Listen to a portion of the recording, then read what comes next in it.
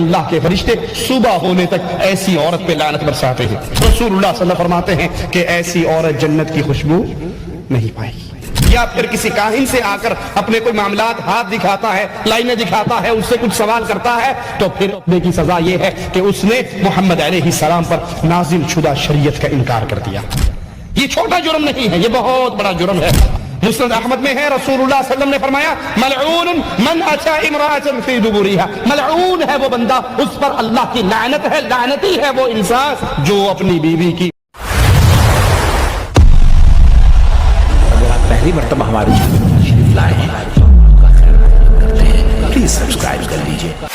اسی طرح جن چیزوں سے شریعت منع کرتی ہے، اسلام منع کرتا ہے، جو بے حیائی کے دروازے کھولتی ہے، جو فحاشی کے دروازے کھولتی ہے، کہ کسی شرعی عذر کے بغیر بیوی کو اگر خامن اپنے بستر پہ بلاتا ہے تو خامن جب بیوی کو بلائے، بیوی کے لیے جائز نہیں ہے شرعی عذر کے بغیر وہ اپنے خامن کی بات کو نہ مانے اور اس کی خواہش کو پورا کرنے کے لیے بستر پہ نہ آئے۔ ابو ہریرہ سے روایت ہے، رسول اللہ صلی اللہ علیہ وسلم نے فرمایا اذا دعا الرجل، جب آدمی پکارے امرأته اپنی بیوی کو الى فراشه اپنے بستر کے اوپر، فبات غضبان، وہ انکار کر دے، خامن ناراضگی کی حالت میں رات گزارے، لعنتها الملائکۃ حتی تصبح، تو اللہ کے فرشتے ایسی بیوی پر لعنت برساتے ہیں یہاں تک کہ صبح ہو جائے۔ خامن اپنی بیوی کو بلاتا ہے اپنی خواہش پوری کرنے کے لیے، بیوی نہیں آتی، انکار کر دیتی ہے، اگر اس کے انکار کی شرعی وجہ نہیں ہے، وہ منسس کے اندر نہیں ہے، شریعت اس کو اجازت نہیں دیتی، وہ پھر بھی نہیں آتی، تو پھر اللہ کے فرشتے صبح ہونے تک ایسی عورت پہ لعنت برساتے ہیں۔ ہمارے ہاں اللہ رحم فرمائے، میاں اور بیوی کا اختلاف ہو جائے، جھگڑا ہو جائے، تو اکثر بیوییں خامندوں کو سزا دینے کے لیے اس حق سے محروم رکھتی ہیں، خامندوں کو سزا دینے کے لیے کہ ٹھیک ہے میری اس سے ناراضگی ہے، اب یہ بلا رہا ہے، اس کی سزا یہ ہے، اس کو اپنے قریب نہ آنے دو۔ آپ اپنی ذہن میں اس کو سزا دے رہی ہو، اور آپ کتنی بڑی سزا اپنے اوپر لے رہی ہو کہ اللہ کے فرشتے لعنت برساتے ہیں، ساری رات اللہ کے فرشتے لعنت برساتے ہیں یہاں تک کہ صبح ہو جائے۔ رسول اللہ صلی اللہ علیہ وسلم کا فرمان ہے، جب شوہر اپنی بیوی کو بستر کی طرف دعوت دے تو بیوی کو چاہیے وہ فوراً دعوت قبول کر لے، اگرچہ وہ اونٹ کے کجاوے کے اوپر ہی کیوں نہ بیٹھی ہو، وہ سفر کے لیے تیار ہے، اونٹ کے اوپر سواری کر رہی ہے، اگر خامد اس کو بلاتا ہے تو اس حال کے اندر بھی وہ اپنی اس کام کو چھوڑ کر آئے اور خامد کا حق ادا کرے۔ عورت کا اپنے شوہر سے بغیر کسی شرعی سبب کے طلاق مانگنا یہ بھی بے حیائی کا دروازہ کھولتا ہے۔ عورت کا خامد کے بستر پہ نہ آنا بے حیائی کا دروازہ کیسے کھولتا ہے کہ وہ کسی اور کی طرف متوجہ ہو سکتا ہے، وہ حرام کاری کی طرف جا سکتا ہے، وہ کسی اور کے اندر ملوث ہو سکتا ہے۔ جب وہ بلائے اور بیوی نہ آئے، یہ اسلام اس کو اجازت نہیں دیتا۔ اسی طرح عورت بغیر سبب کے، بغیر شرعی سبب کے اپنے خامد سے بات بات پہ طلاق مانگے تو یہ اسلام کے اندر جائز نہیں ہے۔ بعض دفعہ عورتیں بڑے خطیر جملے بول کے طلاق مانگتی ہیں، ایک تو ویسے ہوا نا ناراض ہوگی، دے مجھے طلاق، کر مجھے فارغ، اور اگلا خامد وہ سوچتا ہے کہ میرے بچے ہیں، گھر کا سسٹم سارا خراب ہو جائے گا، بچے برباد ہو جائیں گے، وہ صبر کرتا ہے، اس کے جملوں پہ صبر کرتا ہے، تو یہ اور تیش دلانے کے لیے کہتی اگر مرد ہو تو دو طلاق ہے، بندے دا پتر تے کر فارغ، پیج میں نو کر۔ اب یہ اس کے جذبات کو آگ لگا رہی ہے۔ رسول اللہ صلی اللہ علیہ وسلم فرماتے ہیں، مسند احمد کی روایت ہے، جو عورت بغیر شرعی سبب کے اپنے خاوند سے طلاق مانگے اس پر جنت کی خوشبو حرام ہو جاتی ہے۔ یہ عام روٹین کے کام ہیں، یہ عام روٹین کی باتیں ہیں۔ گھروں کے اندر ہوئی لڑائی اور طلاق کے سلسلے شروع ہو گئے، دے طلاق، کر فارغ، بھیج مجھے، ہے مرد تو کر فارغ، تیرے اندر طاقت ہے تو کر فارغ، انسان کا بچہ ہے تو کر فارغ۔ اب وہ اس کو تیش دلا رہی ہے، اس کے جذبات کو آگ لگا رہی ہے۔ رسول اللہ صلی اللہ علیہ وسلم فرماتے ہیں کہ ایسی عورت جنت کی خوشبو نہیں پائے گی۔ ہاں شرعی عذر ہو تو پھر خامد سے طلاق لی جائے۔ شرعی عذر کیا ہے؟ شرعی عذر یہ نہیں ہے کہ آج آپ نے لسٹ بنا کر دی، 10 چیزیں بازار سے منگوائی، 5 آ گئی، 5 نہیں آئی، غصہ آیا اور طلاق کی ڈیمانڈ کر دی۔ شرعی عذر یہ ہے کہ اگر خاوند نماز نہیں پڑھتا، خاوند نماز نہیں پڑھتا، بیوی نماز پڑھتی ہے، بیوی مسلمان ہے، خاوند مسلمان نہیں ہے، اس کافر کے نکاح میں رہنا بیوی کے لیے جائز۔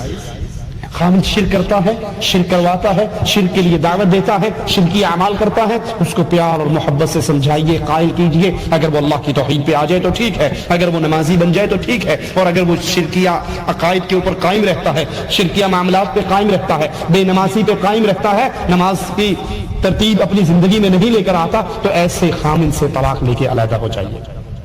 اب اس کے نکاح میں رہنا جائز نہیں. یا کسی کا خامن ہیروئن پینے لگ جاتا ہے, نشے کا استعمال کرتا ہے, اس کے اندر ایسی خرابی ہے جو شریعت کے اندر بہت بڑے عذاب کی اس پہ وعید ہے, تو اس کو سمجھائیے. اگر وہ قائل ہو جائے تو ٹھیک ہے, اور اگر وہ قائل نہیں ہوتا, توبہ طائب نہیں ہوتا, تو پھر بیوی کو حق ہے کہ ایسے خامن سے طلاق لے لے.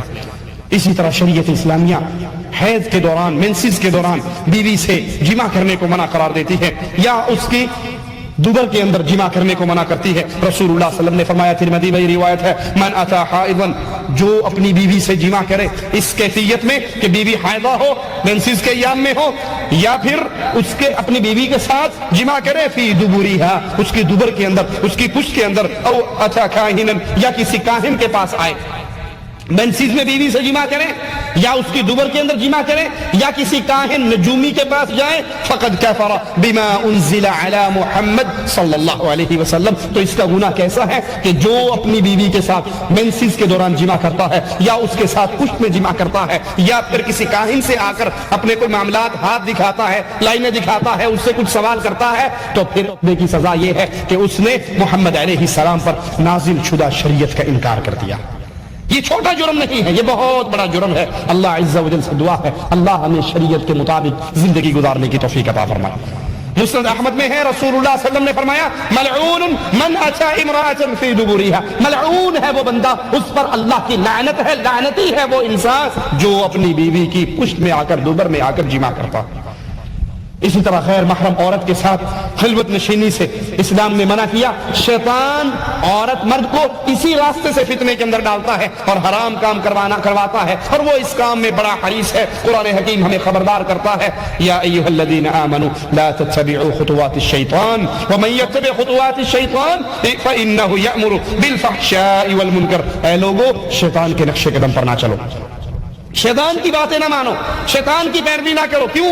شیطان بے حیائی اور برائی کا حکم دیتا ہے. شیطان آدم کے بیٹے کے اندر, آدم کے بیٹے کے جسم کے اندر اس طرح چلتا ہے جس طرح خون چلتا ہے, اور شیطان کے بے حیائی میں ڈالنے والے راستوں میں سے ایک راستہ اجنبی عورت کے ساتھ خلوت اختیار کرنا ہے, جس کو اسلام منع کر رہا ہے. زنا کے اس راستے کو, بے حیائی اور بدکاری کے اس راستے کو اسلام اس کے درمیان میں رکاوٹیں کھڑی کرتا ہے. رسول اللہ صلی اللہ علیہ وسلم فرماتے ہیں, لا يخلون رجل بامرأة الا كان ثالثهما الشیطان, جو بندہ کسی عورت کے ساتھ خلوت اختیار کرتا ہے, تنہائی میں جا کر اس سے ملتا ہے, دو عورت, مرد اور عورت دو اکٹھے ہوتے ہیں, تو ان کا تیسرا کون ہے؟ شیطان. ان دونوں کے درمیان آگ لگانے کے لیے شیطان وہاں پر خود پہنچ جاتا ہے. عبداللہ ابن عمر سے روایت ہے, رسول اللہ صلی اللہ علیہ وسلم نے فرمایا, آج کے بعد کوئی شخص کسی ایسی عورت کے پاس نہ آئے جس کا شوہر گھر میں نہ ہو, الا یہ کہ اس کے ساتھ ایک یا دو آدمی ہو. عورت کے لیے قطعاً جائز نہیں, وہ گاڑی کے اندر, وہ کمرے کے اندر, کسی جگہ پر, یا کپڑے والی دکان کے اندر وہ کسی غیر محرم آدمی کے ساتھ تنہائی میں بیٹھے.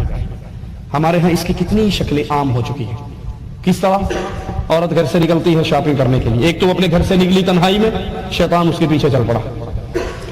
اب اس نے چادر کی بھی ہے, منہ چھپایا ہوا ہے, جو ہی کپڑے والی کی دکان میں داخل ہوتی ہے, دکاندار اس کے ایک تار کے اوپر پردہ لٹکا ہوا پردہ کھینچ لیتا ہے, یہ عورت پردے کے پیچھے ہے, دکاندار ادھر سے جا کے پیچھے بیٹھ جاتا ہے, وہ اپنے چہرے کو ننگا کر لیتی ہے, اور یہ وہاں بیٹھ کے اپنے سوٹ خریدنے کے لیے ڈیلنگ کرتی ہے.